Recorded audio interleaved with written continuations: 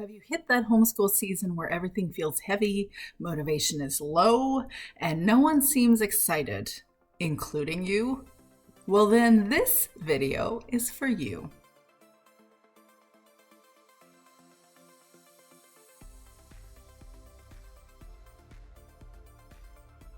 Every homeschool family goes through a slump season, whether it's winter burnout or mid-year fatigue, or you just have some particular season. There's something really going on in your family or in your life, and you just feel off. A season of offness. That period from mid-January to about now is typically called the Homeschool Slump month. And today I'm going to share 5 strategies to either get you out of the slump or help you accept it and work with it. Strategy number 1 is to adjust your expectations. Let's acknowledge something important, something that happens every single year. It's called slumps, the slump month. It happens every year. And pushing harder when everyone's already exhausted or just spent from the low energy, the low or gray days, being inside for a long time, well, it won't work. It feels sometimes like we just need to push through. We need to keep going with whatever we were planning. We've got this calendar filled with activities. We were hopeful back in August and September, and now nobody feels like doing it. When we push harder, when everyone's already tired or exhausted, it can actually backfire spectacularly in our homeschool families. It might be time for a reality check. What if this is just a normal season of learning, a normal season of your year? Think about it. Traditional schools, they have built-in breaks, also known as spring break, and they have lighter periods throughout the year. As homeschoolers, we sometimes forget to give ourselves that same grace. Here's what adjusting expectations might look like. Reducing your structured lessons temporarily, focusing only on the essentials, maybe that's just math and writing or reading for a week, allowing for more self-directed learning, exploring a season of unschooling. Your kids might actually surprise you with what they choose to explore and learn. You might be surprised to discover learning happens beyond your structure and beyond learning outcomes. Try deleting a subject for a while. Yes, really. Education does not equal curriculum. Education does not equal checking off all the boxes by the end of your 180 days of instruction. Curriculum is just a tool, and sometimes that tool gets dull. We once took a complete break from formal writing assignments and instead had the kids write funny letters to the editor, like why our town should adopt bacon as our town food. The results were hilarious, and it got them writing more enthusiastically than any workbook I had in my homeschool curriculum closet. Let the slump season be a season where you allow them to choose what they want to do and in what order, even if it's just for a week. They're already familiar with your routine. Give them a little freedom to choose what and where and when. That exercise will help you throughout your year too. It's a practice about learning about your kids.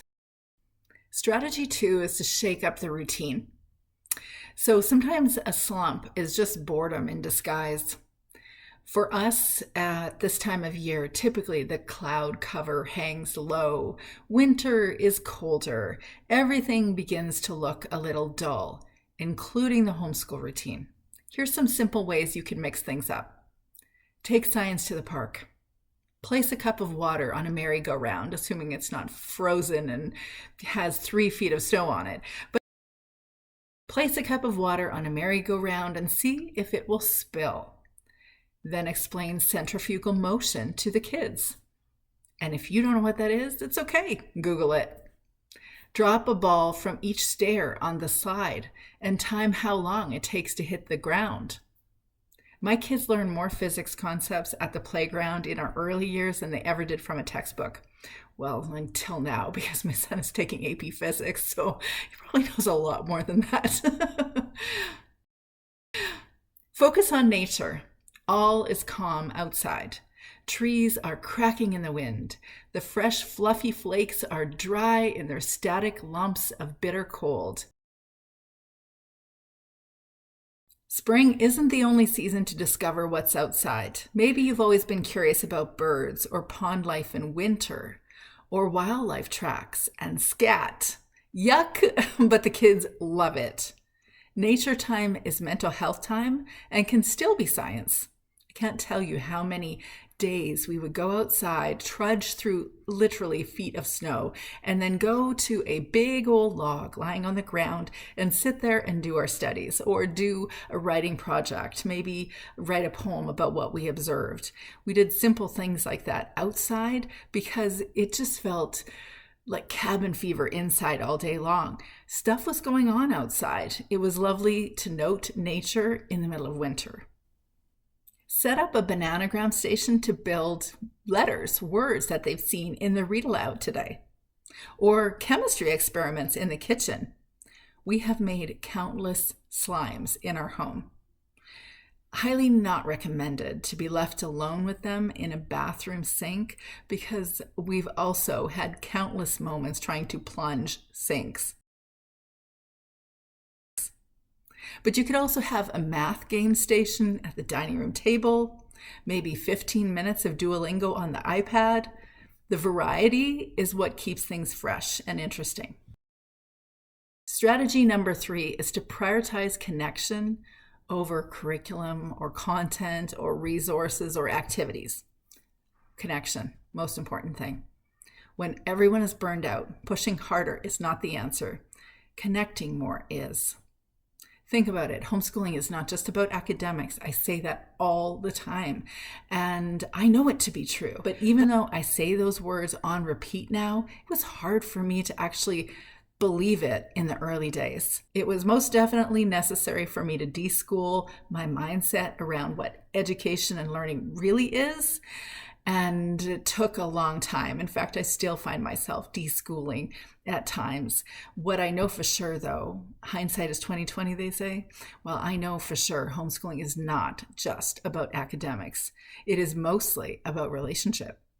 Sometimes we get so caught up in checking boxes that we actually forget why we chose this whole homeschool thing in the first place. So play games together. If you haven't already developed this homeschool habit, you're going to discover the incredible value of learning through games. I mean, there's games. There's the Scrabble game on the kitchen table. And this is our 3rd Scrabble game. Bananagrams teaches spelling. Yahtzee teaches math. There are endless games for logic and math concepts and storytelling and spelling. And you name the concept and it's available in a game. Try the Jeopardy game. We played the Jeopardy game every Friday on Fun Friday. Fridays were our days where we would play games, and this game, the Jeopardy game, it was really like a made-up game that helped me to understand how much kids knew about various topics and also how much I knew about them. You gather tidbits of topics that you've discussed or read and you read aloud, and then you record them on recipe cards. Then you can quiz your kids Jeopardy style. To them, it's a game. But say there's a question that says, I'll take Russian history for 100, please. So the Jeopardy music plays while they try to answer. In 1917, this event occurred in Russia. And they will eagerly answer for Skittle.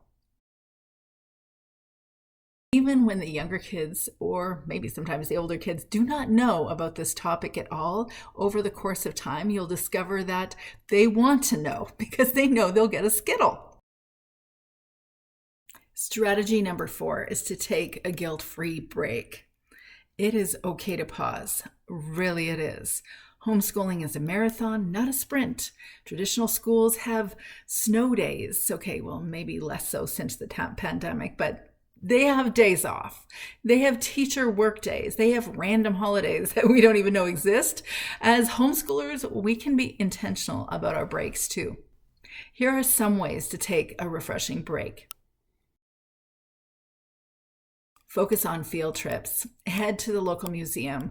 Spend an afternoon going to a place that you know is in your community. You've never actually discovered it before, but why not now? This is the perfect season to do those things. I live in a place in Western Canada where there were a lot of Japanese internment camps. So we visited all sorts of small towns and the internment camp museum around the Kootenays.